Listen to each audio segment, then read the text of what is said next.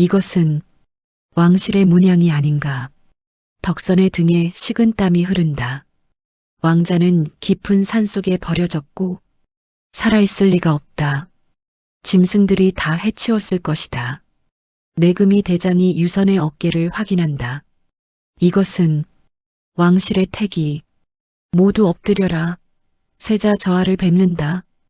깊은 산골 마을, 가을 낙엽이 소복이 쌓인 좁은 길을 따라 덕선이 지게를 지고 걸어옵니다.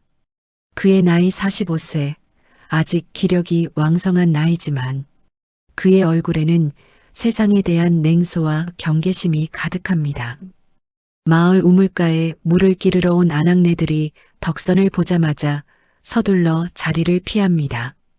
저 사람 온다. 어서 가자. 맞아. 말 한마디라도 붙이면 얼마나 퉁명스럽게 구는지 몰라. 아낙네들의 수군거림이 들려오지만 덕선은 아랑곳하지 않고 묵묵히 지게를 내려놓고 물을 깃습니다. 그의 눈빛은 공허하고 표정에는 어떤 감정도 담겨 있지 않습니다. 덕선이 물동이를 들고 돌아서는데 뒤에서 한 아낙이 작은 목소리로 말합니다. 그래도 불쌍하긴 해. 역병으로 가족을 모두 잃었잖아. 그게 벌써 몇 년 전인데 이제 그만 털고 일어나지. 언제까지 저렇게 사람들을 밀어내고 살 건가. 쉿! 들으면 어떡해. 덕선은 그들의 대화를 들은 척 만척하며 집으로 향합니다. 그의 집은 마을 끝자락, 산자락에 외따로 자리 잡고 있습니다.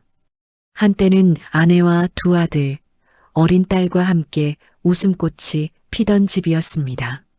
하지만 지금은 텅 비어 있습니다. 3년 전 여름 마을에 역병이 돌았습니다.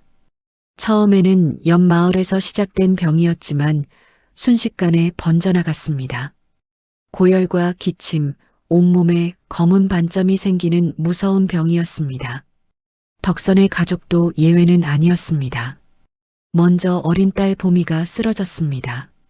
겨우 6살이었던 보미는 열흘을 버티지 못하고 숨을 거두었습니다. 이어서 둘째 아들 서기가 그리고 장남인 철이가 차례로 쓰러졌습니다. 덕선은 미친 듯이 약을 구하러 다녔습니다. 인근 마을은 물론 먼 고을까지 달려가 약방을 찾았습니다. 하지만 역병 앞에서 약은 무용지물이었습니다. 아내 순덕은 죽어가는 자식들을 보며 차라리 자신이 대신 죽겠다며 울부짖다가 결국 아이들을 따라 세상을 떠났습니다. 보름도 안 되는 사이에 덕선은 가족 넷을 모두 잃었습니다.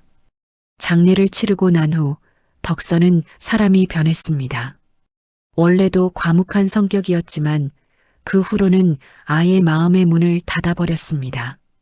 마을 사람들과의 교류를 끊고 남에게 손을 내미는 일도 남의 손을 잡는 일도 거부했습니다.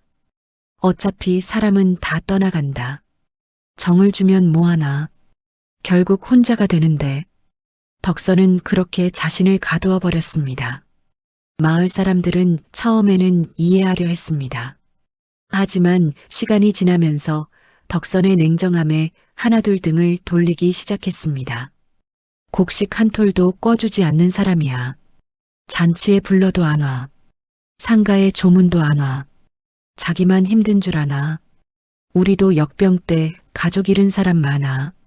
그렇게 덕선은 지독한 남자, 욕심 많은 남자, 인정 없는 남자로 낙인 찍혔습니다.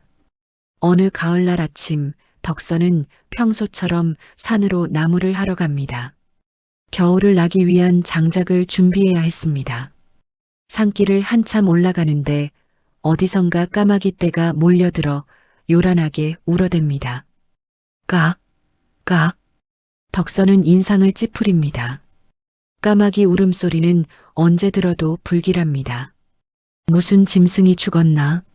그는 신경 쓰지 않으려 했지만 까마귀 떼가 점점 더 많이 몰려들자 걱정이 됩니다. 혹시 산불이라도 난 건 아닐까 하는 생각에 소리나는 쪽으로 발길을 옮깁니다. 까마귀들이 모여 있는 곳은 깊은 덤불 속이었습니다. 덕선이 가까이 다가가자 까마귀들이 푸드득 날아오릅니다. 덤불을 헤치고 들어가 보니 거기에는 누더기에 쌓인 무언가가 놓여 있었습니다. 이게 뭐지? 가까이 다가가 자세히 보니 갓난아기였습니다. 아이는 입술이 파랗게 질려 있었고 울음소리도 거의 나오지 않을 정도로 기력이 빠져 있었습니다. 덕선은 본능적으로 뒤로 물러섭니다.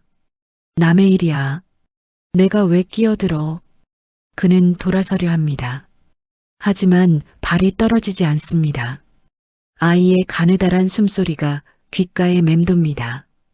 휴, 흑. 덕선은 멈춰섭니다. 그리고 천천히 다시 아이 쪽으로 다가갑니다. 아이를 자세히 보니 갓 태어난 지 얼마 안 된 것 같습니다. 배꼽도 제대로 아물지 않았습니다. 이대로 두면 분명 죽을 것입니다. 그냥 가자. 내가 왜? 덕선은 다시 돌아서려 하지만 그때 아이가 희미하게 눈을 뜹니다. 그 눈빛이 덕선의 가슴을 찌릅니다. 순간 덕선의 머릿속에 죽은 막내 아들 석이의 모습이 떠오릅니다. 석이도 태어났을 때 이렇게 작고 연약했습니다. 손바닥만 한 몸으로 세상에 나와 울던 그 아이. 덕선은 석이를 처음 안았을 때의 느낌을 생생히 기억합니다. 따뜻했지. 그렇게 작고 여린 생명이. 그런 석이가 역병으로 고통스러워하며 죽어갔습니다. 덕선은 아무것도 해줄 수 없었습니다. 다만 식어가는 아이를 안고 울 수밖에 없었습니다. 석이야, 미안하다. 아버지가 아무것도 해주지 못해서. 덕선의 눈가에 눈물이 맺힙니다.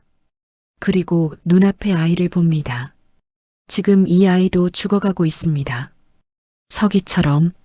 나는 또 그냥 보고만 있을 건가. 덕선은 무릎을 꿇고 아이를 조심스럽게 안아 올립니다. 아이는 너무 가벼웠습니다. 깃털처럼 가볍고 차가웠습니다. 괜찮다. 괜찮을 거야. 덕선은 아이를 품에 꼭 안습니다. 자신의 체온으로 아이를 데워줍니다. 아이를 감싼 천을 자세히 보니 범상치 않습니다. 고운 비단에 정교한 술을 놓은 천, 일반 백성들이 쓸 수 있는 것이 아닙니다. 귀한 집안 아이인가. 그리고 베네 저고리도 마찬가지입니다. 비단으로 만들어진 고급스러운 옷입니다. 이렇게 귀한 아이를 왜 이 깊은 산속에. 덕선의 머릿속이 복잡해집니다. 이것은 단순한 유기가 아닙니다. 누군가 의도적으로 이 아이를 죽이려 한 것입니다. 이 아이에게 무슨 사연이. 하지만 지금은 그런 것을 생각할 때가 아닙니다. 우선 아이를 살려야 합니다. 덕선은 아이를 품에 안고 산을 내려갑니다.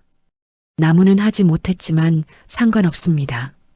지금은 이 아이가 우선입니다. 집으로 돌아온 덕선은 부엌에 불을 지핍니다. 그리고 따뜻한 물을 준비해 아이를 조심스럽게 씻깁니다. 오랜만에 만져보는 갓난아기의 몸. 덕선의 손이 떨립니다. 석이를 씻길 때도 이랬지. 아이를 다 씻기고 깨끗한 천으로 감쌉니다. 그리고 아궁이 가까운 곳에 이불을 깔고 아이를 눕힙니다. 이제 뭘 먹여야 하나? 덕선은 급히 마을로 내려갑니다. 약방으로 향합니다. 약방 주인이 덕선을 보고 의아한 표정을 짓습니다. 덕선이 약방에 오는 것은 역병 이후 처음이었습니다. 덕선 씨, 무슨 일이요? 갓난아기에게 먹일 수 있는 것이 뭐가 있어? 갓난아기? 덕선 씨가 무슨. 묻지 말고 그냥 파시오. 급하오. 약방 주인은 더 이상 묻지 않고 염소적과 영아에게 먹일 수 있는 약재, 그리고 몇 가지 필요한 물건들을 챙겨줍니다. 이것들을 이렇게 다려서 조금씩 먹이시오. 절대 많이 먹이면 안 돼요. 알겠소. 덕선은 돈을 내고 급히 집으로 돌아갑니다. 아이는 여전히 축 늘어져 있습니다. 덕선은 약방 주인이 알려준 대로 정성껏 약재를 다립니다.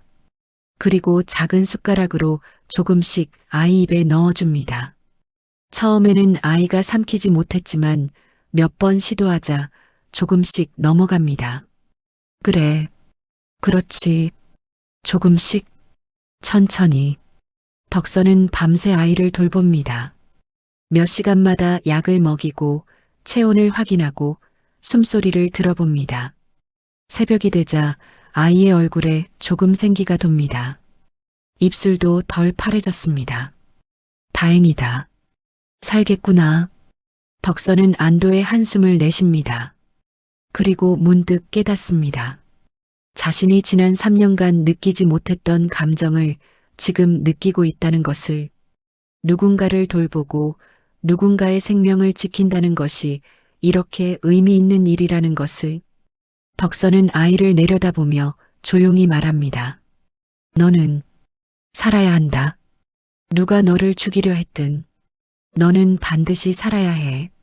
창밖으로 아침 햇살이 비쳐 들어옵니다. 덕선의 텅 빈 집에 오랜만에 생명의 숨결이 돌아온 것입니다. 사흘이 지났습니다.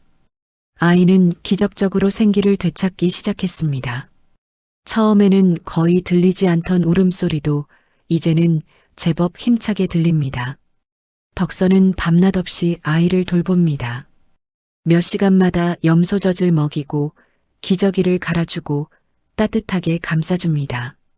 평생 남에게 무심했던 그였지만 이 작은 생명 앞에서만큼은 한없이 부드러워집니다. 우우, 응애. 아이가 울음을 터뜨립니다. 덕선은 서둘러 아이를 안아 올립니다. 배고픈가 보구나. 잠깐만. 금방 줄게. 덕선은 미리 준비해둔 염소젖을 데워 조심스럽게 먹입니다. 아이는 작은 입으로 열심히 빨아먹습니다. 그래, 많이 먹어라. 튼튼하게 자라야지.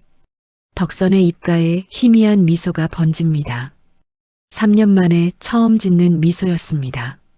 아이를 재우고 난 후 덕선은 다시 아이가 입었던 베넷 저고리를 꺼내 자세히 살펴봅니다. 햇빛 아래서 보니 더욱 확실합니다. 고급 비단에 금실로 술을 놓은 옷, 이것은 왕실이나 최고의 양반가에서나 쓸 수 있는 것입니다. 천을 뒤집어 안감을 살피던 덕선의 손이 멈춥니다. 안감 깊숙한 곳에 작은 표식이 수놓아져 있습니다. 봉황 문양. 덕선의 얼굴이 굳어집니다. 이것은 왕실의 문양이 아닌가.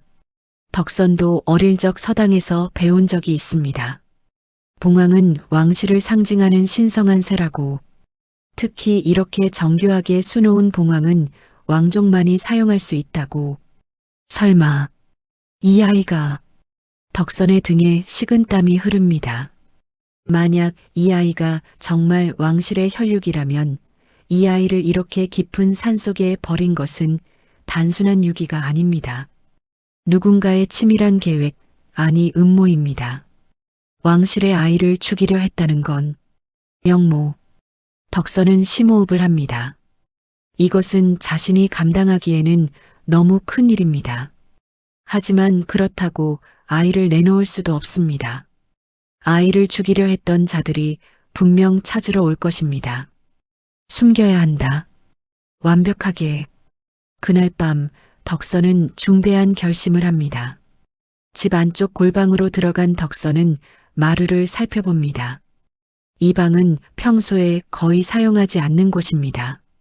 창문도 작고 바깥에서는 잘 보이지 않는 위치입니다.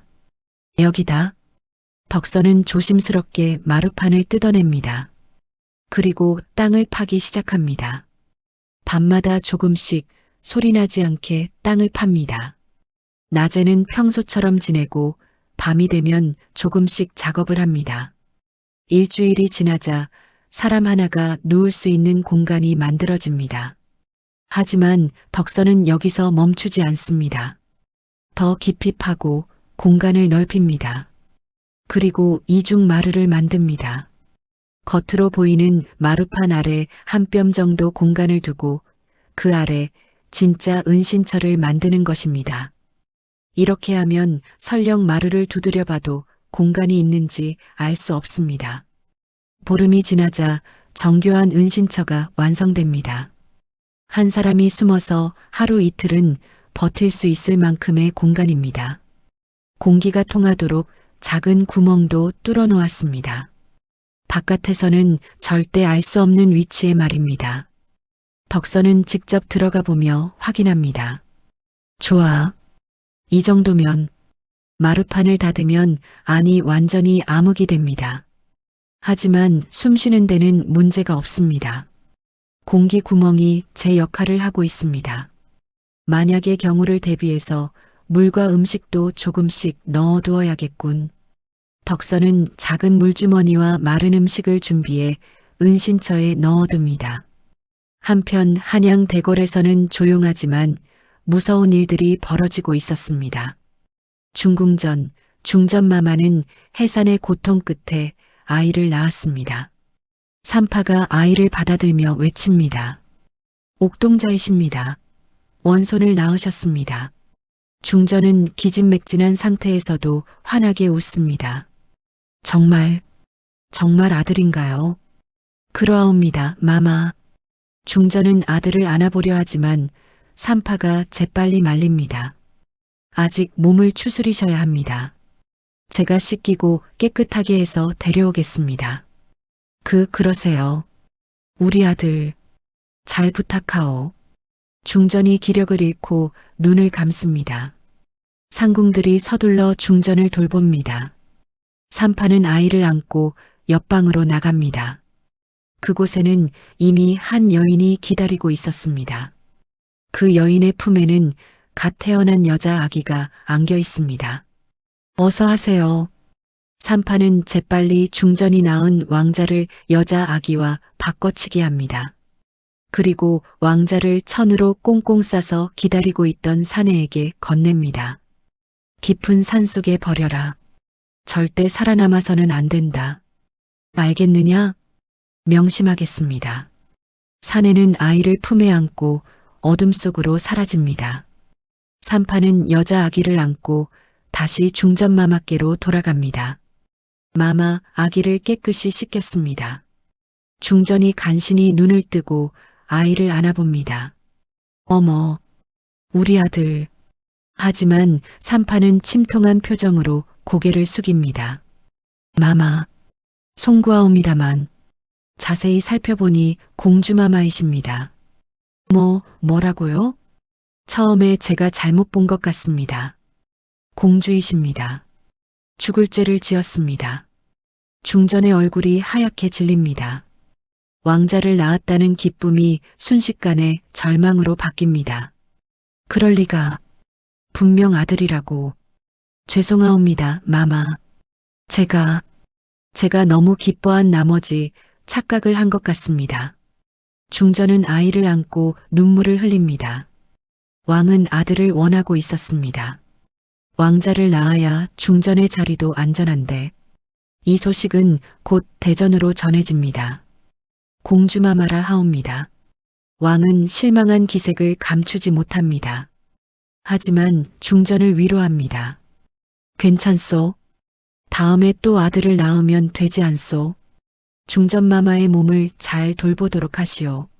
성은이 망극하옵니다. 전하. 한편 궁궐방 어느 대감의 저택. 좌의정 대감이 은밀히 산파를 불러들입니다. 일은 잘 되었느냐? 그러하옵니다. 대감마마. 왕자는 깊은 산속에 버려졌고 중전마마는 공주를 낳으신 것으로 되었습니다. 잘했다. 이제 중전은 왕자를 낳지 못했다는 꼬투리를 잡혔으니 조만간 폐위시킬 명분이 생길 것이다. 좌의정의 눈에 음험한 빛이 감돕니다. 하지만 대감마마, 혹시라도 그 아이가 살아있으면 살아있을 리가 없다. 그 깊은 산 중에 갓난아기가 어찌 살겠느냐. 짐승들이 다 해치웠을 것이다. 그래도 시신이라도 확인하는 것이 그것도 그렇군. 너무 이르지 않게 며칠 후에 사람을 보내 확인하도록 하라. 명심하겠습니다. 산파가 물러나고 좌이정은 혼자 음흉하게 웃습니다. 중전, 이제 끝이다. 내 조카딸을 세중전으로 앉히고 이 나라의 권력을 완전히 손에 넣을 것이다. 닷새 후 산파가 보낸 하인들이 아이를 버렸던 산으로 향합니다. 시신이라도 찾아야 한다. 흔적을 남기면 안 돼. 하인들이 산속을 뒤지지만 아무것도 발견하지 못합니다. 짐승들이 다 먹어치웠으리라 생각하고 돌아갑니다. 하지만 그들은 몰랐습니다. 그 아이가 살아서 덕선의 집에 있다는 것을. 산파는 하인들의 보고를 받고 안도합니다. 흔적이 없다니 다행이군. 분명 죽었을 것이다. 그녀는 다시 좌이정에게 보고합니다. 시신은 발견하지 못했으나 분명 짐승들에게 물려 죽었을 것입니다. 그렇겠지. 하지만 좌이정은 여전히 불안합니다. 만에 하나라도 살아있을 가능성은 없겠느냐? 그럴 리 없습니다. 갓난아기가 그 산속에서 어떻게 확실히 해야 한다. 혹시 모르니 그 인근 마을들을 수색하도록 하라. 갓난아기를 키우는 집이 있는지 말이다. 알겠습니다. 대감마마. 며칠 후 좌이정은 자신의 신복 관리를 시켜 왕께 아뢰게 합니다. 전하, 요즘 산적들이 횡행하여 백성들을 괴롭히고 있다 하옵니다. 특히 깊은 산골 마을들이 피해를 보고 있다 하니 관군을 보내 수색하는 것이 어떠하옵니까? 그러하다면 당장 조치하도록 하라. 왕의 윤허가 떨어지자 좌이정은 자신의 사람들을 관군에 심어놓고 명을 내립니다. 산적을 찾는다는 명목으로 집집마다 뒤져라. 특히 갓난아기나 어린아이가 있는 집은 철저히 조사하라. 아이 어깨에 검은 반점이 있는지 확인하는 것이다. 명을 받들겠습니다. 드디어 관군들이 움직이기 시작합니다. 덕선의 마을에도 곧 그들이 들이닥칠 것입니다. 하지만 덕선은 이미 준비를 마쳤습니다. 완벽한 은신처를. 덕선은 아이를 안으며 조용히 말합니다. 누가 오든 너를 지켜줄 것이다. 반드시. 아이는 덕선의 품에서 평화롭게 잠들어 있습니다. 폭풍이 다가오고 있다는 것을 모른 채 아이를 주운 지 보름이 지난 어느 아침 마을에 심상치 않은 기운이 감돕니다. 관군이다. 관군들이 온다. 마을 어귀를 지키던 사내가 헐레벌떡 달려와 소리칩니다. 곧이어 말발굽 소리와 함께 갑옷을 입은 관군들이 마을로 들어섭니다. 모두 나와라. 왕명이시다. 관군의 우두머리로 보이는 포교가 큰 소리로 외칩니다. 마을 사람들이 겁에 질린 얼굴로 하나둘 집 밖으로 나옵니다. 무슨 일이옵니까, 나리? 마을 이장이 떨리는 목소리로 묻습니다. 요즘 이 근처 산에 산적대가 출몰한다는 보고가 있었다. 왕명에 따라 모든 집을 수색할 것이니 협조하라. 산적이라니요? 저희는 아무것도. 시끄럽다. 숨기는 것이 없다면 조용히 협조만 하면 된다. 관군들이 집집마다 흩어져 들어갑니다. 하지만 그들의 진짜 목적은 산적이 아니었습니다. 좌이정의 밀명을 받은 일부 관군들은 특히 갓난아기나 어린아이가 있는 집을 집중적으로 조사합니다.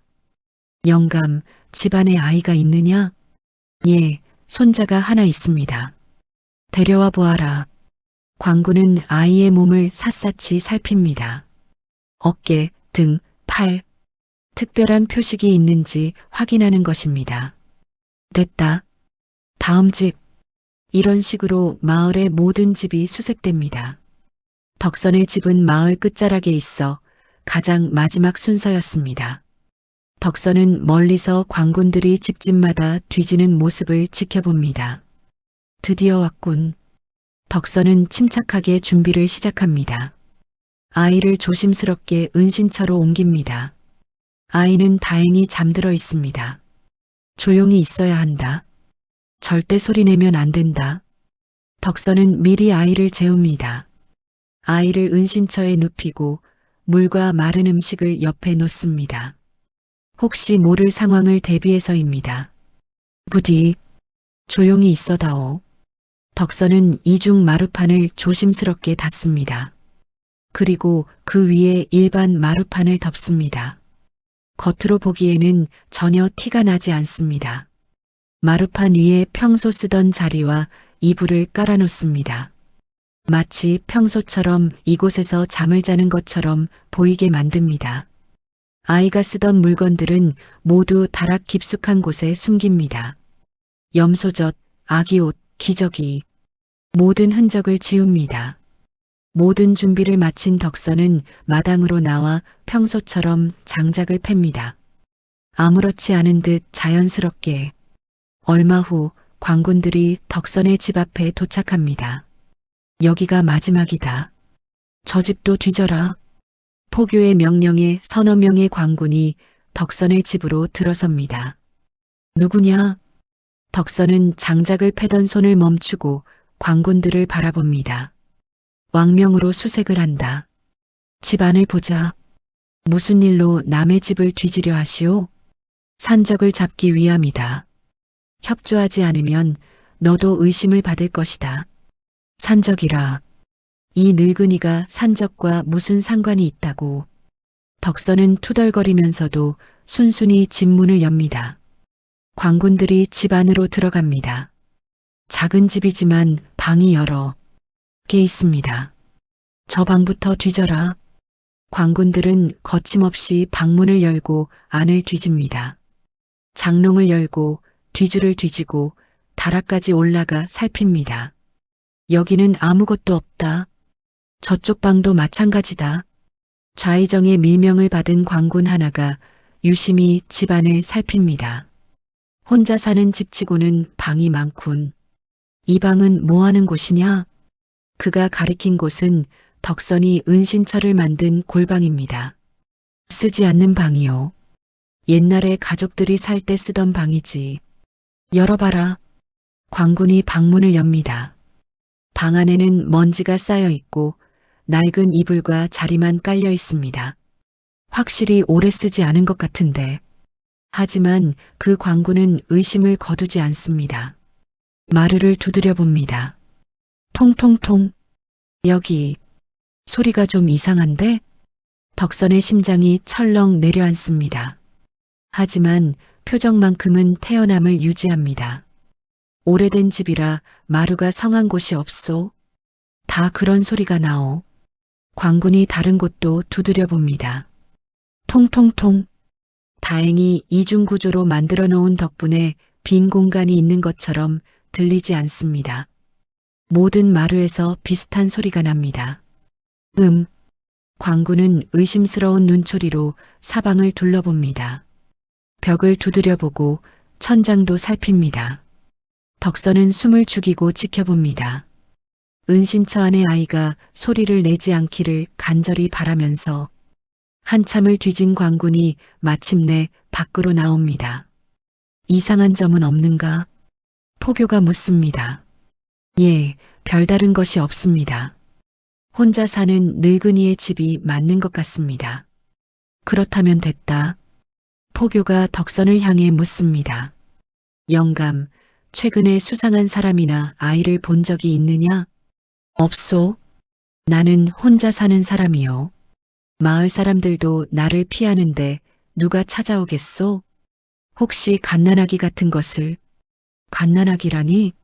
이 늙은이가 갓난아기를 어디서 본단 말이오? 나는 가족도 없는 사람이요. 덕선의 퉁명스러운 대답에 포교는 더 이상 묻지 않습니다. 좋다. 다 봤으니 가자. 관군들이 마당을 나섭니다. 하지만 완전히 떠나지는 않고 마을 어귀에 진을 칩니다. 여기서 이틀간 머무를 것이다. 혹시 수상한 일이 있으면 즉시 보고하라. 마을 사람들은 불안한 표정으로 서로를 바라봅니다. 관군들이 완전히 시야에서 사라진 후에야 덕선은 집 안으로 들어갑니다. 하지만 바로 은신처를 열지 않습니다. 혹시 모를 상황을 대비해 한참을 기다립니다. 해가 완전히 지고 어둠이 내린 후 덕선은 조심스럽게 마루판을 엽니다. 아이는 여전히 깊은 잠에 빠져 있습니다. 숨소리는 고릅니다. 휴, 다행이다. 덕선은 아이를 조심스럽게 꺼내 안아 올립니다. 그리고 따뜻한 방으로 옮깁니다. 잘 견뎠구나. 우리 아이. 덕선은 아이를 내려다보며 안도의 한숨을 내쉽니다. 하지만 이것은 시작에 불과했습니다. 이틀 후 광군들은 마을을 떠났습니다. 하지만 그들이 가져간 것은 보고서였습니다. 특이사항 마을 끝 덕선이라는 자, 혼자 살면서 사람들과 교류 없음. 집은 수색했으나 별다른 것 발견 못함. 이 보고서는 좌의정의 손에 들어갑니다. 덕선, 혼자 사는 자라. 좌의정은 의심스러운 눈빛으로 보고서를 읽습니다. 삼파, 그때 아이를 버린 곳이 정확히 어디였느냐? 그 마을 뒤쪽 깊은 산속이었습니다. 마을 끝에 혼자 사는 자라. 혹시? 좌의정의 눈빛이 변합니다. 다시 한번 수색하라. 이번에는 더 철저하게, 특히 그 덕선이란 자의 집을, 명을 받들겠습니다. 보름 후 광군들이 다시 마을로 향합니다. 이번에는 전보다 더 많은 인원입니다. 마을 우물가에서 아낙네들이 수군거립니다. 또 광군들이 온대. 이번에는 뭐래? 글쎄 아니 이 깊은 산골에 뭐가 있다고. 저번에 다 뒤졌는데. 그런데 말이야. 요즘 덕선이 좀 이상하지 않아? 뭐가? 저번에 약방 주인한테 들었는데 요즘 염소젖을 자주 산대. 그것도 꽤 많이. 혼자 사는 사람이 염소젖을? 그건 또 왜? 그러게. 그리고 어린애들 먹는 약재도 샀다던데. 설마 아이를 키우는 건 아니겠지? 에이, 그럴 리가. 우리가 다 보고 있는데 아이가 어디 있어. 그래도 좀 이상하긴 해. 입 가벼운 아낙 하나가 이 이야기를 지나가던 광군에게 귀띔합니다. 날이 그게 혹시 도움이 될까 해서 말씀드리는데요. 뭔가 덕선이라는 자가 요즘 이상하게 아이들 물건을 산다던데요. 광군의 눈빛이 변합니다. 자세히 말해보라. 안악은 아는 것을 다 털어놓습니다. 광군은 즉시 포교에게 보고합니다. 그렇다면 그 집을 집중적으로 뒤져야겠군. 이번에는 절대 놓치지 마라. 덕선의 두 번째 시련이 시작됩니다. 하지만 덕선은 이미 마을 사람들의 수군거림을 눈치채고 있었습니다. 조심해야겠군. 더 철저하게. 덕선은 다시 한번 은신처를 점검하고 아이의 물건들을 더욱 깊숙이 숨깁니다. 폭풍은 더욱 거세지고 있었습니다. 사흘 후 예상대로 광군들이 다시 마을로 들이닥칩니다. 이번에는 전보다 훨씬 많은 인원입니다. 20명이 넘는 광군들이 말을 타고 들어서는 모습에 마을 사람들은 두려움에 떱니다. 또 왔다. 이번에는 왜 이렇게 많이 왔어? 마을 이장이 황급히 나와 광군들을 맞이합니다. 나리, 저번에 이미 다 수색하지 않으셨습니까? 입 닫히고 비켜라. 왕명으로 다시 수색한다. 포교의 단호한 목소리에 아무도 감히 말을 잇지 못합니다. 광군들은 바로 덕선의 집으로 향합니다. 이번에는 다른 집은 거들떠보지도 않습니다. 덕선은 마당에서 이미 그들을 기다리고 있었습니다. 마을 어귀가 소란스러워지는 소리를 듣고 미리 준비한 것입니다. 덕선이로구나. 포교가 말에서 내려 덕선 앞에 섭니다. 또 무슨 일이오? 내 놈 요즘 염소젖과 아이 물건을 사들인다지. 그게 무슨 상관이오? 내 돈 주고 산 것인데. 누구 주려고 샀느냐? 덕선은 미리 준비한 대답을 내놓습니다. 친척 조카 손자가 태어났다고 해서 축하 선물로 보낼 참이요. 어느 마을에 사는 친척이냐? 저 건너 두 고개 넘어 안골 마을이요. 이름이 뭐냐? 최참판댁 셋째 손자요. 포교는 즉시 부하 하나를 보냅니다. 당장 앙골 마을로 가서 확인하라. 최참판 댁에 정말 갓난아기가 있는지. 광군 하나가 말을 타고 급히 떠납니다. 확인될 때까지 집을 철저히 뒤진다. 바닥을 다 드러내고 천장도 뜯어라. 이게 무슨 짓이오?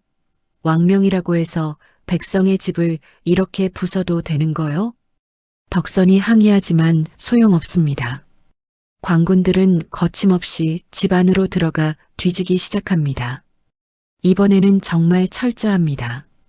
장롱을 완전히 꺼내고 뒤주도 뒤집어 엎습니다. 다락의 물건들을 다 꺼내고 벽을 두드리며 빈 공간이 있는지 확인합니다. 골방에 들어선 광군들이 마루판을 드러내기 시작합니다. 이 마루판들을 다 드러내라. 덕선의 심장이 빠르게 뜁니다. 하지만 표정만큼은 담담함을 유지합니다. 광군들이 마루판을 하나씩 드러냅니다. 하지만 그 아래는 평범한 흙바닥뿐입니다. 이중구조로 만들어 놓은 덕분에 진짜 은신처는 한 뼘 아래 있습니다. 여기도 없다. 천장을 확인해라. 광군들이 천장까지 뜯어내며 조사합니다. 먼지가 날리고 집은 엉망이 됩니다. 한참을 뒤진 끝에 광군들은 결국 아무것도 찾지 못합니다. 해가 저물 무렵 앙골 마을에 갔던 광군이 돌아옵니다. 포교님 확인했습니다. 최참판 댁에 정말 갓 태어난 손자가 있습니다. 포교의 얼굴이 굳어집니다. 정말 확실한가? 예, 산파도 만나고 아이도 직접 봤습니다. 보름 전에 태어났다고 합니다. 포교는 덕선을 노려봅니다. 하지만 더 이상 할 말이 없습니다. 철수한다. 광군들이 물러갑니다. 하지만 완전히 포기한 것은 아닙니다. 마을 입구에 초소를 설치한다. 당분간 이 마을을 감시할 것이다. 광군들은 마을 어귀에 진을 치고 드나드는 사람들을 감시하기 시작합니다. 덕선은 무너진 집을 보며 긴 한숨을 내쉽니다. 휴! 밤이 되어 광군들의 눈이 닿지 않는 시간, 덕선은 조심스럽게 은신처를 엽니다. 아이는 깊은 잠에 빠져 있습니다. 다행히 무사합니다. 잘 견뎠구나. 덕선은 아이를 안아 올려 따뜻하게 품에 안습니다. 이러다가는 정말 위험하겠구나. 덕선은 더욱 조심스럽게 행동합니다. 이제는 아이 물건을 살 때도 여러 마을을 돌아다니며 조금씩 삽니다. 한 곳에서 너무 자주 사면 의심을 받을 수 있기 때문입니다. 한 달이 지나고 두 달이 지납니다. 광군들의 감시는 계속되지만 점점 느슨해집니다. 아무런 증거도 찾지 못하고 시간만 흘러가자 그들도 지치기 시작한 것입니다. 석 달째 되는 날 광군들은 마침내 초소를 철수합니다. 더 이상 여기 있어봐야 소용없다. 철수한다. 마을 사람들은 안도의 한숨을 내쉽니다. 하지만 세 번째 수색이 또 찾아옵니다. 그로부터 넉 달 후의 일입니다. 이번에는 좌의정이 직접 왕께 아뢰어 내금위를 보낸 것입니다. 전하, 신이 보기에 그 산골 마을의 덕선이란 자가 여전히 수상합니다. 내금위를 보내 철저히 조사하시는 것이 어떠하옵니까? 왕은 피곤한 표정을 짓습니다. 경이 너무 집착하는 것 아니오? 이미 여러 차례 수색했지 않소? 전하, 만에 하나라도 산적에 잔당이 숨어 있다면 백성들이 위험합니다. 결국 왕은 윤허를 내립니다. 이번에는 궁궐 호위를 담당하는 내금위까지 동원됩니다. 그들의 수색은 이전과는 차원이 달랐습니다. 집을 거의 부술 기세로 뒤집니다. 바닥을 모두 드러내고 벽까지 뜯어냅니다. 여기 벽 속을 확인해라. 마당도 파헤쳐라. 덕선은 분노를 참으며 지켜봅니다. 이게 무슨 짓이오? 이러다 집이 무너지겠소. 시끄럽다. 수상한 점이 있으면 철저히 조사하는 것이 우리 임무다. 내금이들은 심지어 마당까지 파헤칩니다. 혹시 땅속에 뭔가 숨겨놓지 않았나 확인하는 것입니다. 하지만 이번에도 아무것도 발견하지 못합니다. 덕선의 은신처는 그야말로 완벽했습니다.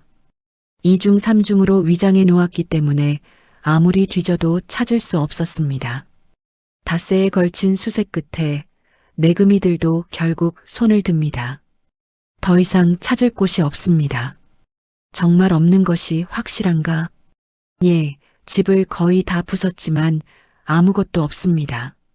내금이 대장은 불만스러운 표정으로 덕선을 노려봅니다. 영감, 이번만은 봐주지만 다시는 수상한 행동을 하지 마라. 알겠느냐? 나는 수상한 행동 같은 것 한 적 없소. 내금이들이 떠나고 덕선은 폐허가 된 집을 보며 멍하니 서 있습니다. 마을 사람들이 하나둘 모여듭니다. 덕선 씨, 괜찮소? 집이 이게 뭐요? 우리가 도와드리겠소. 처음으로 마을 사람들이 덕선에게 손을 내밉니다. 이렇게 혹독한 수색을 당하는 모습을 보며 동정심이 생긴 것입니다. 고맙소. 덕선은 짧게 대답하고 사람들과 함께 집을 수리하기 시작합니다. 그날 밤 모든 사람이 떠나고 홀로 남은 덕선은 은신처를 엽니다. 아이는 놀랍게도 울지도 않고 조용히 누워 있습니다. 마치 모든 상황을 이해하기라도 하는 듯. 정말 기특한 아이로구나. 덕선은 아이를 안으며 눈물을 흘립니다. 이제 괜찮을 것이다. 3번이나 뒤졌는데 못 찾았으니 이제는 포기하겠지. 그의 예상은 맞았습니다. 4번째 수색은 없었습니다. 좌의정도 더 이상 왕을 설득할 명분이 없었습니다. 3번이나 철저히 수색했는데 아무것도 나오지 않았으니 계속 고집하면 오히려 의심을 받을 수 있었습니다. 아마도 정말 죽었나 보다. 좌의정은 마침내 포기합니다. 세월이 흐릅니다. 아이는 무럭무럭 자라납니다. 첫 돌이 지나고 2돌이 지납니다. 덕선은 낮에는 아이를 은신처에 숨기고 밤에만 꺼내 돌봅니다. 아이가 울어도 밖에서는 들리지 않도록 은신처에 두꺼운 천을 덧대 놓았습니다. 아이가 3살이 되자 덕선은 조금씩 밤에 아이를 마당으로 데리고 나옵니다. 달빛 아래서 걷는 연습을 시킵니다. 천천히. 그래, 잘한다. 아이는 금세 걷기 시작하고 뛰기도 합니다. 5살이 되자 덕선은 깊은 밤에 아이를 데리고 산으로 나갑니다. 사람들이 모두 잠든 시간, 깊은 산속에서만큼은 아이가 마음껏 뛰어놀 수 있었습니다. 아버지, 저기 토끼가 있어요. 쉿, 조용히. 토끼가 놀라잖니. 아버지, 저는 언제쯤 낮에도 밖으로 나갈 수 있어요? 아이의 질문에 덕선은 가슴이 아픕니다. 조금만 더 기다리렴. 곧 그럴 수 있을 거야. 하지만 그 조금이 언제가 될지 덕선도 알 수 없었습니다. 아이의 이름은 유선 자기 이름의 선을 따서 물 흐르듯 자유롭게 구름처럼 높이 날기를 바라는 마음에서 지은 이름입니다. 덕선은 유선에게 글을 가르치기 시작합니다. 천자문부터 시작해서 사서삼경까지. 유선은 놀라울 정도로 총명했습니다. 한번 가르치면 바로 이해하고 글씨도 또래보다 훨씬 뛰어났습니다. 유선아, 너는 정말 영특한 아이구나. 아버지가 잘 가르쳐 주셔서요. 그렇게 세월은 흘러 유선은 어느덧 10살이 됩니다. 덕선의 머리에는 흰머리가 늘어나고 얼굴에는 주름이 깊어집니다. 45세에 유선을 주었으니 이제 55살이 된 것입니다. 하지만 덕선의 눈빛만큼은 여전히 또렷합니다. 유선을 지켜야 한다는 의지로 가득한 눈빛. 유선아, 너는 특별한 아이란다. 왜요, 아버지? 언젠가 내가 누구인지 알게 될 날이 올 것이다. 저는 아버지의 아들이면 돼요. 그것만으로도 충분해요. 유선의 순수한 대답에 덕선은 눈시울을 붉힙니다. 이 아이를 언제까지 이렇게 숨기고 살아야 하나. 하지만 그날은 생각보다 빨리 찾아옵니다. 유선이 10살이 된 해 여름. 대궐에서는 엄청난 사건이 벌어지고 있었습니다. 왕의 측근 중 한 명인 우의정 김대감. 그는 오랫동안 좌의정의 행태를 의심해왔습니다. 좌의정이 너무 많은 권력을 휘두르고 중전을 폐위시키려는 움직임을 보이는 것이 수상했던 것입니다. 김대감은 은밀히 조사를 시작했습니다. 그리고 마침내 결정적인 단서를 잡았습니다. 좌의정의 측근 중 한 명이 양심의 가책을 느끼고 있었던 것입니다. 그는 밤중에 김대감을 찾아와 모든 것을 털어놓았습니다. 대감마마, 실은 10년 전 중전마마께서 왕자를 낳으셨습니다. 뭐라고? 하지만 좌의정 대감의 명으로 산파가 왕자를 여자 아기와 바꿔치기 했습니다. 지금 공주마마는 폐하의 자식이 아니옵니다. 그리고 진짜 왕자는 깊은 산속에 버려졌습니다.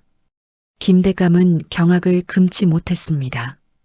그것이 정말이냐? 그렇습니다. 제가 직접 본 일입니다. 허나 왕자마마는 살았는지 죽었는지 알 수가 없습니다. 그때 산에 간 것도 왕자마마가 죽었는지 살았는지 확인하려고 간 것입니다.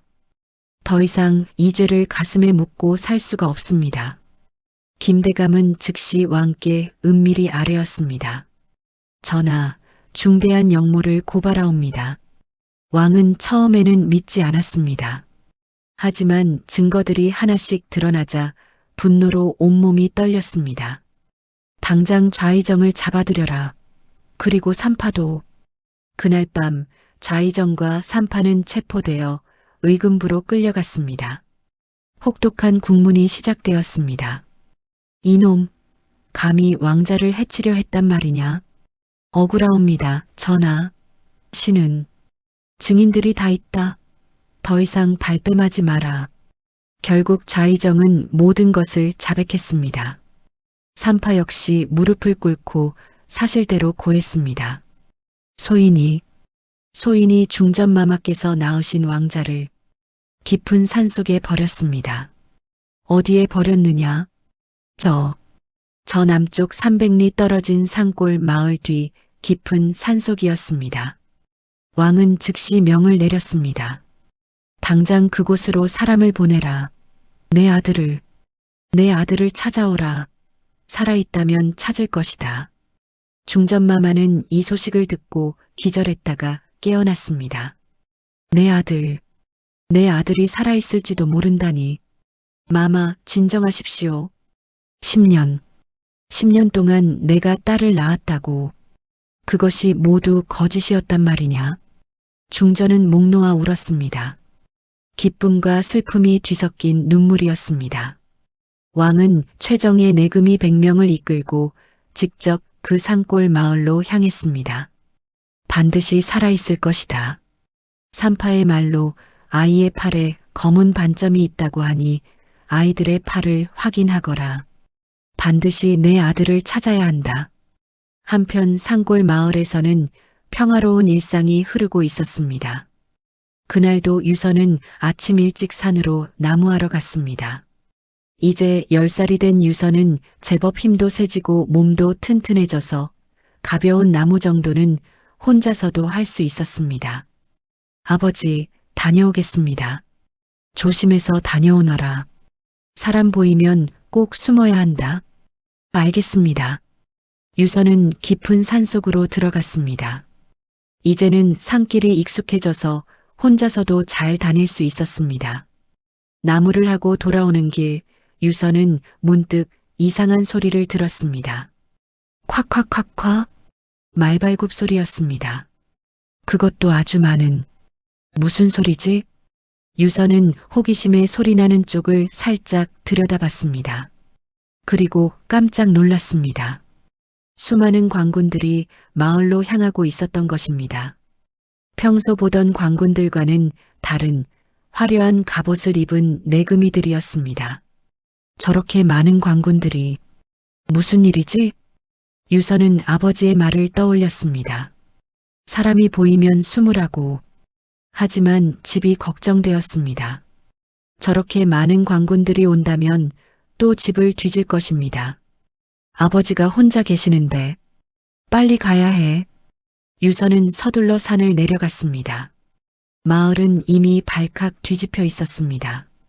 왕께서 직접 오셨다. 왕이라고? 임금님이? 그렇다네. 저 화려한 어가를 보게. 마을 사람들은 모두 나와 엎드려 절을 합니다. 왕은 어가에서 내려 직접 명을 내립니다. 10년 전 이 마을 근처 산에 버려진 갓난아기를 찾는다. 혹시라도 그 아기를 주워 키운 사람이 있다면 당장 나서라. 상을 내릴 것이다. 마을 사람들은 서로 얼굴만 쳐다봅니다. 10년 전의 아기를? 그런 사람이 있었나? 그때 한 안악이 조심스럽게 손을 듭니다. 전하, 혹시 덕선이가 아닐까 싶습니다. 덕선? 누구냐? 저 산 밑에 혼자 사는 자인데 10년 전부터 수상하게 아이 물건을 사고 그랬습니다. 왕의 눈빛이 번쩍입니다. 당장 그 집으로 안내하라. 내금이들이 일제히 덕선의 집으로 향합니다. 덕선은 이미 집 마당에서 이 광경을 지켜보고 있었습니다. 드디어 이날이 왔구나. 덕선의 마음은 복잡했습니다. 안도감과 두려움이 교차했습니다. 유선이를 이제 보내야 하는구나. 왕이 직접 덕선의 집 앞에 섭니다. 내가 덕선이냐? 덕선은 황급히 무릎을 꿇습니다. 소인 덕선이옵니다. 전하. 10년 전 산에서 아기를 주운 일이 있느냐?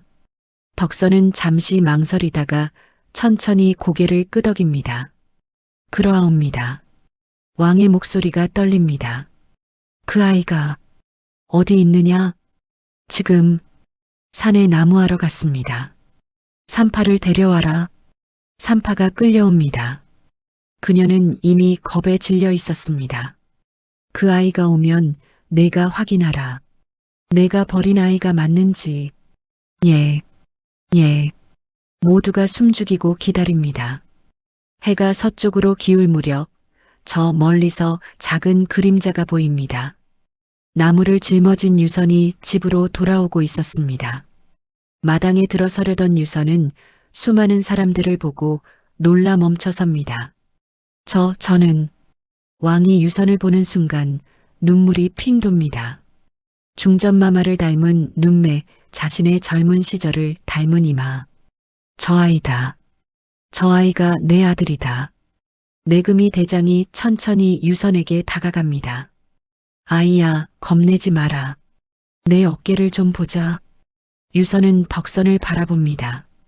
덕선이 눈물을 글썽이며 고개를 끄덕입니다. 괜찮다. 유선아. 유선은 떨리는 손으로 옷을 걷어 올립니다. 내금이 대장이 유선의 왼쪽 어깨를 확인합니다. 그곳에는 큰 퍼런 반점이 있었습니다. 이것은 왕실의 태기. 내금이 대장은 즉시 뒤로 물러나 무릎을 꿇습니다. 모두 엎드려라. 왕자마마를 뵙는다. 수백 명의 내금이와 마을 사람들이 일제히 무릎을 꿇습니다. 세자 저하를 뵙습니다. 유선은 어리둥절한 표정으로 주위를 둘러봅니다. 왕자. 왕이 천천히 유선에게 다가갑니다. 눈물이 볼을 타고 흐릅니다. 내 아들, 내 아들이구나.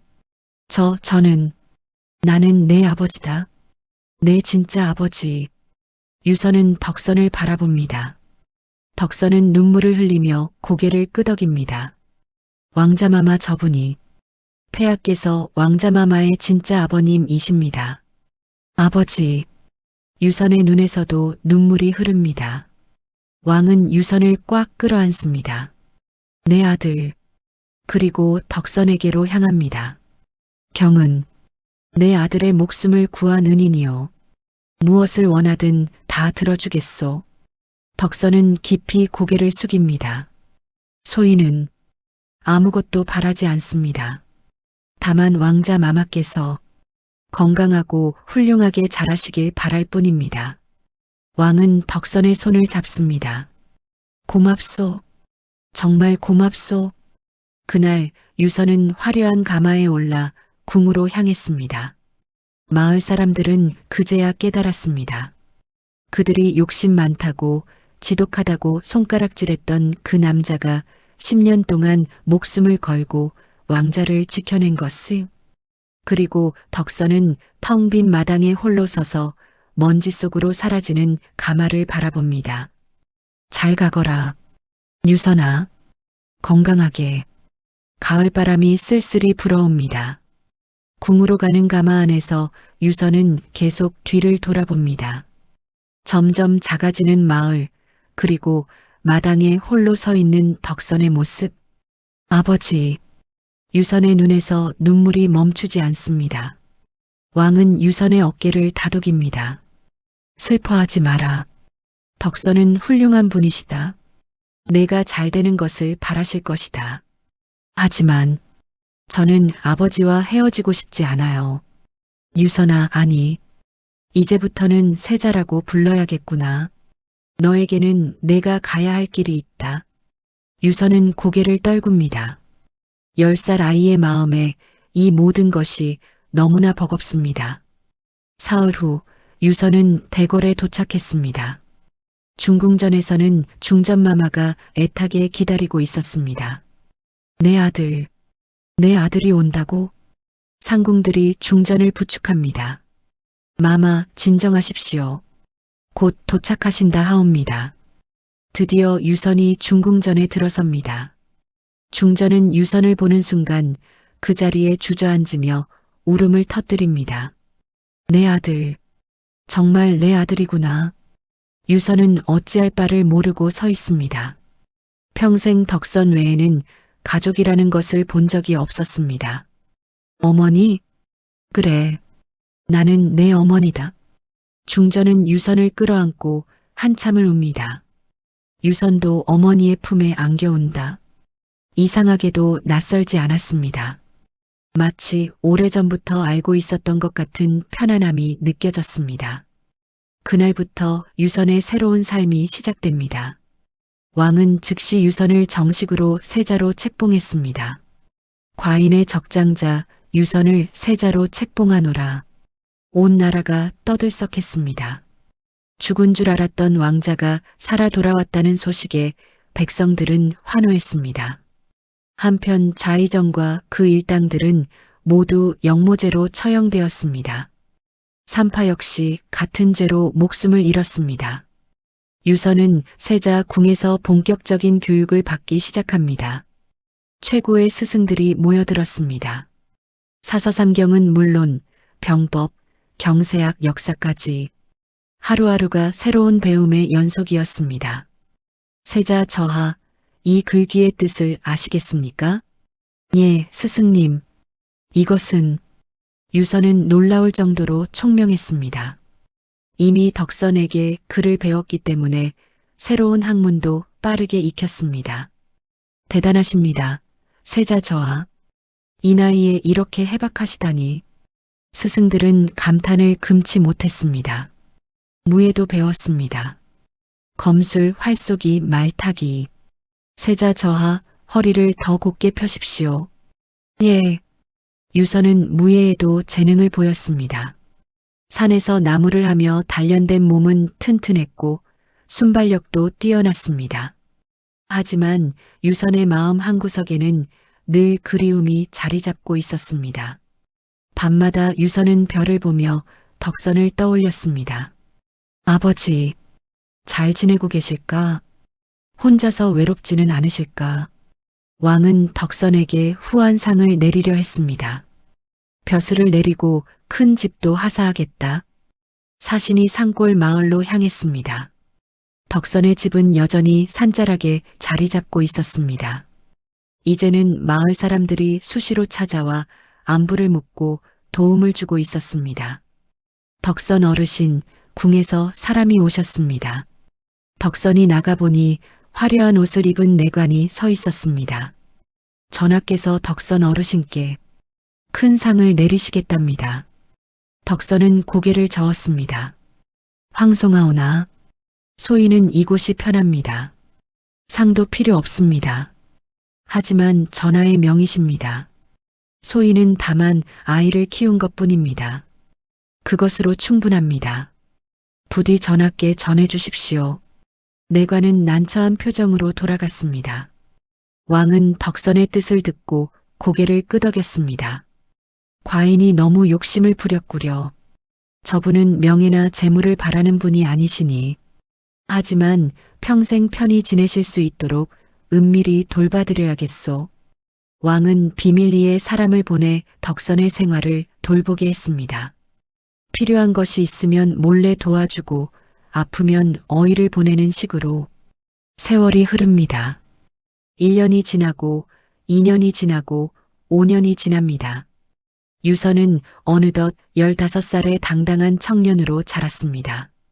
학문도 뛰어나고 무예도 훌륭한 백성들의 사랑을 받는 세자가 되었습니다. 하지만 여전히 유선의 마음속에는 덕선이 자리 잡고 있었습니다. 어마마마 소자가 덕선 아버님을 뵈러 가도 되겠습니까? 물론이지. 내 은인이시니. 유선은 수수한 차림으로 산골 마을로 향했습니다. 호위무사들도 멀찍이 떨어져 따라올 뿐 유선 혼자 덕선의 집에 도착했습니다. 아버님, 덕선은 마당에서 장작을 패고 있었습니다. 이제 59살이 된 덕선은 머리가 하얗게 새고 허리도 굽었지만 여전히 건강했습니다. 유선아, 아니 세자 저하. 덕선은 도끼를 내려놓고 무릎을 꿇고 절을 하였습니다. 아버님 일어 서십시오. 저는 세자 이기전의 아버님의 아들 유선이옵니다. 그리고 평소처럼 저에게 반말을 하십시오. 그래도 저는 그게 편하고 좋습니다, 아버님. 그래, 잘 있었느냐? 많이 컸구나. 아버님, 보고 싶었습니다. 두 사람은 한참을 서로를 껴안고 있었습니다. 그날 밤 둘은 오랜만에 이야기꽃을 피웠습니다. 궁에서의 생활은 어떠하냐? 처음에는 낯설었지만 이제는 익숙해졌습니다. 하지만 아버님과 함께했던 시간이 그립습니다. 너는 이제 세자다. 훌륭한 임금이 되어야 한다. 예, 아버님. 아버님께서 가르쳐 주신 것들을 잊지 않고 있습니다. 유선이 떠나는 날 덕선이 말했습니다. 자주 오너라. 이 늙은이가 언제 죽을지 모르니. 아버님, 그런 말씀 마십시오. 오래오래 사셔야 합니다. 그 후로 유선은 1년에 서너 번씩 덕선을 찾아왔습니다. 자맹을 간다는 명목으로 고기와 비단과 먹을 것을 가져와 손수 부엌으로 가서 음식을 합니다. 저와 저희가 하겠습니다. 아니다, 내 아버님을 드릴 것이니 내가 하마. 하며 올 때마다 유선은 손수밥을 지어 아버님께 드립니다. 어찌 네가 밥을. 아버님 살아생전에는 제 손으로 지어드리고 싶습니다. 10년이 더 흐릅니다. 유선은 25살이 되었고 혼인도 했습니다. 세자빈을 맞아 행복한 가정을 꾸렸습니다. 그리고 그해 가을 왕이 승하했습니다. 세자는 세자를 불러라. 왕은 임종 직전 유선의 손을 꼭 잡았습니다. 유선아, 훌륭한 왕이 되거라. 백성을 사랑하고 정의롭게 다스려라. 예, 아바마마. 그리고 덕선 어르신을 잘 모셔라. 그분이 없었다면 너도 나도 명심하겠습니다. 아바마마. 왕이 조용히 눈을 감았습니다. 유선은 새로운 왕으로 즉위했습니다. 백성들은 환호했습니다. 어진 성품과 뛰어난 학식을 갖춘 젊은 왕의 탄생을. 하지만 유선은 즉위 후 가장 먼저 한 일이 있었습니다. 산골 마을로 사람을 보내 덕선의 안부를 확인하는 것이었습니다. 덕선 어르신께서는 건강하시다 하옵니다. 다행이구나. 유선은 안도의 한숨을 내쉬었습니다. 덕선은 이제 70을 바라보는 나이가 되었습니다. 마을 사람들은 덕선을 극진히 모셨습니다. 한때 미워했던 그 사람이 왕의 은인이라는 것을 알고 난 후부터입니다.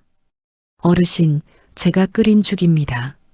어르신, 땔감은 제가 패다 드리겠습니다. 덕선은 그런 마을 사람들의 정성에 감사하며 조용히 살아갔습니다. 그리고 매일 아침 유선을 위해 기도했습니다. 유선아, 훌륭한 왕이 되거라. 백성을 사랑하는 어진 왕이. 유선이 왕위에 오른 지 5년이 흘렀습니다. 그동안 유선은 훌륭한 왕이 되었습니다. 백성들의 말에 귀 기울이고 억울한 일이 없도록 법을 바로 세웠습니다. 흉년이 들면 창고를 열어 백성들을 구휼하고 탐과 놀이들을 엄히 다스렸습니다. 저 임금은 요순시대의 성군과 같다. 백성들은 유선을 칭송했습니다. 하지만 유선의 마음 한구석에는 늘 덕선에 대한 그리움이 자리하고 있었습니다. 전하, 오늘은 어디로 자맹을 가시겠습니까? 내관의 물음에 유선은 미소를 지었습니다. 어디겠느냐? 언제나 그곳이지. 유선은 석 달에 한 번씩 소복한 차림으로 궁을 빠져나와 덕선을 찾아갔습니다. 호위무사들은 멀찍이 따라올 뿐 유선은 혼자 덕선의 집으로 향했습니다. 덕선은 이제 75세가 되었습니다. 머리는 눈처럼 하얗게 새고 허리는 많이 굽었지만 정신만큼은 또렷했습니다. 아버님, 오, 유선이가 왔구나. 덕선은 지팡이를 짚고 일어나 유선을 맞이했습니다. 건강하셨습니까? 덕분에 잘 지낸다. 마을 사람들이 잘 돌봐주니 말이다. 유선은 3일을 머물며 덕선과 시간을 보냈습니다. 어릴 적 추억을 이야기하고 정사에 대해 조언을 구하기도 했습니다. 아버님, 요즘 북쪽 오랑캐들이 자주 변경을 침범합니다. 어떻게 해야 할까요? 힘으로만 다스릴 수는 없느니라. 때로는 유연함도 필요하단다. 백성들이 평화롭게 사는 것이 가장 중요하지. 덕선의 조언은 언제나 현명했습니다. 화려한 학문은 없었지만 삶의 지혜가 담겨 있었습니다. 아버님, 궁으로 가시지요. 제가 편하게 모시겠습니다. 유선은 올 때마다 같은 제안을 했습니다. 아니다. 나는 이곳이 좋다. 내가 어릴 때 뛰놀던 이 마당, 함께 별을 보던 이 집, 모든 것이 소중한 추억이 담긴 곳이다. 덕선은 언제나 같은 대답을 했습니다. 그리고 유선아, 너는 이제 왕이다. 나 같은 늙은이를 위해 궁을 비울 수는 없는 일이지. 하지만 괜찮다. 이렇게 가끔 찾아와 주는 것만으로도 이 늙은이는 충분히 행복하다. 그날 밤 덕선과 유선은 마당에 앉아 별을 보았습니다. 어릴 적 그랬던 것처럼. 아버님, 기억하십니까? 제가 5살 때 처음으로 밤에 밖으로 나왔던 날. 그럼 기억하고 말고. 너는 별을 보며 눈이 휘둥그레졌지. 세상에 이렇게 많은 별이 있냐고. 그때 아버님께서 말씀하셨죠. 저 별들처럼 언젠가 나도 자유롭게 하늘을 날 수 있을 거라고. 그랬지. 그리고 정말 그렇게 되었구나. 내가 이제는 나라의 왕이 되었으니. 덕선의 목소리에 감회가 묻어났습니다. 모두 아버님 덕분입니다. 아니다.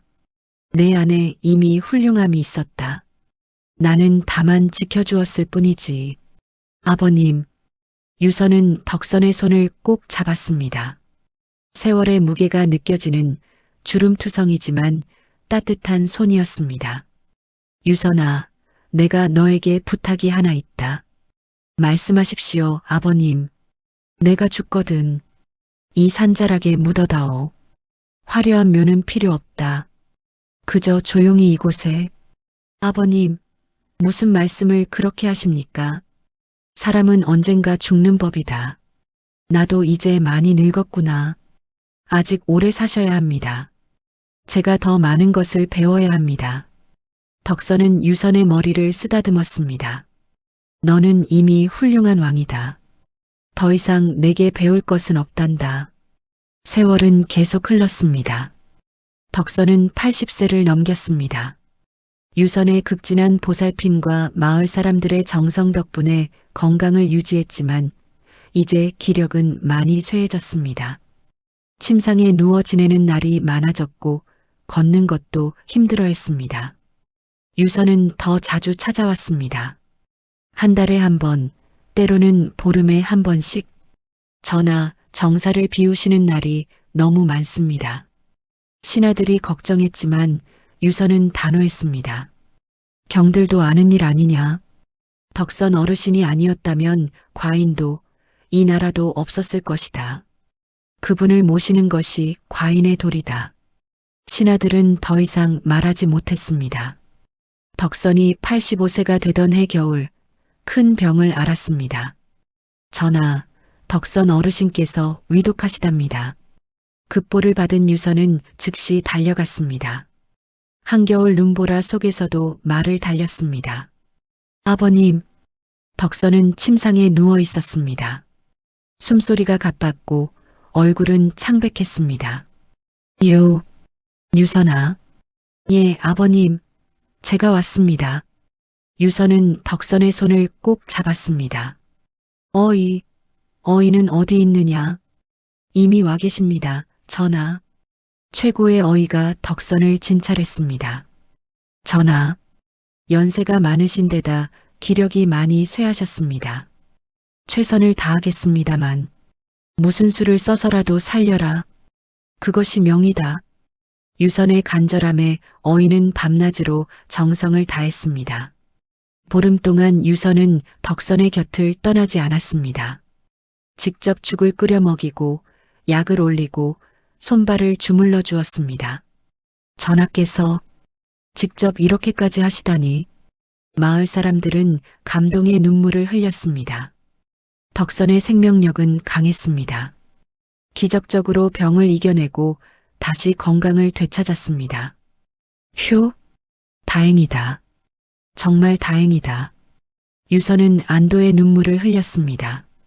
유선아, 미안하구나. 걱정을 끼쳐서 무슨 말씀을 하십니까? 아버님께서 건강하신 것만으로도 제게는 큰 기쁨입니다. 하지만 유선도 덕선도 알고 있었습니다. 이제 시간이 얼마 남지 않았다는 것을. 덕선이 회복한 후 유선은 더욱 자주 찾아왔습니다. 보름에 한 번, 때로는 일주일에 한 번씩 아버님과 함께하는 시간이 너무 소중합니다. 나도 그렇단다, 유선아. 두 사람은 남은 시간을 아껴가며 함께 보냈습니다.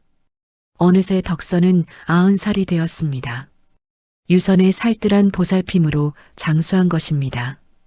그리고 그해 봄, 마지막 순간이 다가오고 있었습니다. 90살이 된 덕선의 봄, 산골 마을에는 따뜻한 봄바람이 불어왔습니다. 매화가 피기 시작하고 새들이 지저귀는 계절이었습니다. 하지만 덕선은 침상에서 일어나는 것조차 힘들어했습니다. 기력이 쇠한 것이 눈에 보였습니다. 마을 사람들은 번갈아가며 덕선을 돌보았습니다. 어르신, 오늘 끓인 죽입니다. 조금만 드십시오.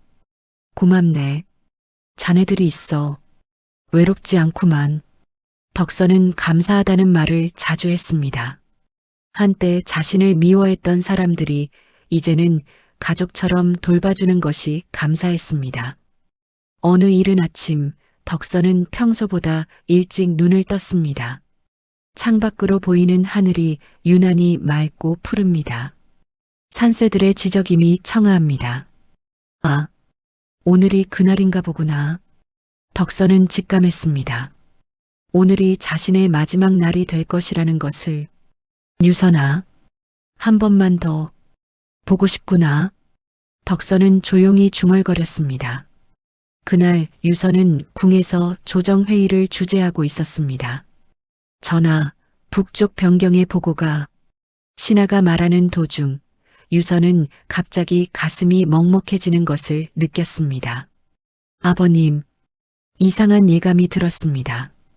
경들, 오늘은 여기까지 하겠소. 과인이 급히 처리할 일이 생겼소. 전하, 무슨 일이십니까? 자맹을 떠나야겠소. 유선은 즉시 옷을 갈아입고 말을 탔습니다. 유선은 채찍을 휘둘러 말을 달렸습니다. 봄바람을 가르며 산골 마을로 향했습니다. 아버님, 조금만 기다리십시오. 제가 곧 갑니다. 덕선은 마당 한쪽에 놓인 평상에 누워 있었습니다. 마을 사람들이 날씨가 좋으니 밖에서 바람을 쐬시라고 모셔놓은 것입니다. 어르신, 괜찮으십니까? 그래, 괜찮네. 날씨가 참 좋구만. 덕선은 하늘을 바라보았습니다. 구름 한 점 없는 맑은 하늘. 유선이가 처음 이 집에 왔을 때도 이런 날씨였지. 덕선의 입가에 미소가 번졌습니다. 45년 전 역병으로 모든 것을 잃고 세상에 등을 돌렸던 자신, 그런 자신에게 다시 살아갈 이유를 준 작은 생명. 유선아, 너를 만난 것이 내 삶의 가장 큰 축복이었다. 해가 중천에 떴을 무렵 말발굽 소리가 들려왔습니다. 마을 사람들이 놀라 일어섰습니다. 누가 저렇게 급하게. 말에서 내린 사람은 유선이었습니다. 아버님, 덕선의 흐릿한 눈이 유선을 향했습니다. 오 유선아, 왔구나. 예, 아버님 제가 왔습니다. 유선은 덕선의 손을 꼭 잡았습니다. 차갑고 가벼운 손이었습니다. 유선아, 너는 내게 다시 살아갈 이유를 주었다. 잃어버린 가족을 주었다. 고맙다. 아버님, 고마운 것은 저입니다. 저를 살려주시고 키워주시고 사랑해주셔서. 덕선은 떨리는 손으로 유선의 얼굴을 어루만졌습니다. 훌륭하게 자라주어서 고맙다. 너를 키우는 동안 정말 행복했다. 저도 아버님과 함께한 시간이 제 인생의 가장 큰 행복이었습니다. 유선은 덕선을 조심스럽게 안아 올렸습니다. 덕선의 머리가 유선의 가슴에 기댑니다. 덕선은 유선의 품에 안긴 채 하늘을 바라보았습니다. 저녁 무렵 석양이 하늘을 붉게 물들였습니다. 덕선은 유선의 품에서 조용히 눈을 감았습니다. 따뜻한 미소를 띤 채 평화롭게 아버님, 아버님. 유선은 소리 없이 눈물을 흘렸습니다. 하지만 덕선을 흔들지는 않았습니다. 그저 조용히 안고 있었습니다. 마을 사람들이 하나둘 모여들어 함께 눈물을 흘렸습니다. 어르신 편히 가십시오. 유선은 덕선의 유언대로 그를 산자락에 묻었습니다. 화려한 묘는 만들지 않았습니다. 다만 깨끗한 비석 하나를 세웠습니다. 은인 덕선 지묘와 유선은 덕선에게 배운 것을 실천하며 살았습니다. 백성을 사랑하고 약한 자를 돌보고 정의롭게 나라를 다스렸습니다. 그리하여 유선의 치세는 후세에 인정의 시대로 기억되었습니다. 산골 마을 사람들은 덕선의 묘를 정성껏 돌보았습니다. 그리고 아이들에게 이야기를 전해주었습니다. 늙은 유선이 마지막으로 덕선의 묘를 찾았습니다. 아버님, 이제 저도 곧 아버님을 뵈러 갈 것 같습니다. 유선은 묘비를 어루만졌습니다.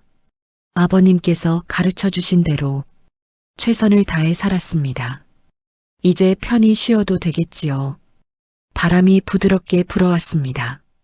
마치 덕선이 대답하는 것 같았습니다. 그래, 잘했다. 내 아들 이제 편히 쉬어라. 유선은 미소를 지으며 눈을 감았습니다. 봄바람이 산골 마을을 감쌉니다. 새들이 노래하고 꽃들이 피어나고 세상은 여전히 아름답습니다. 그리고 그 아름다운 세상 한구석에 서로를 사랑했던 두 부자의 이야기가 영원히 기억될 것입니다.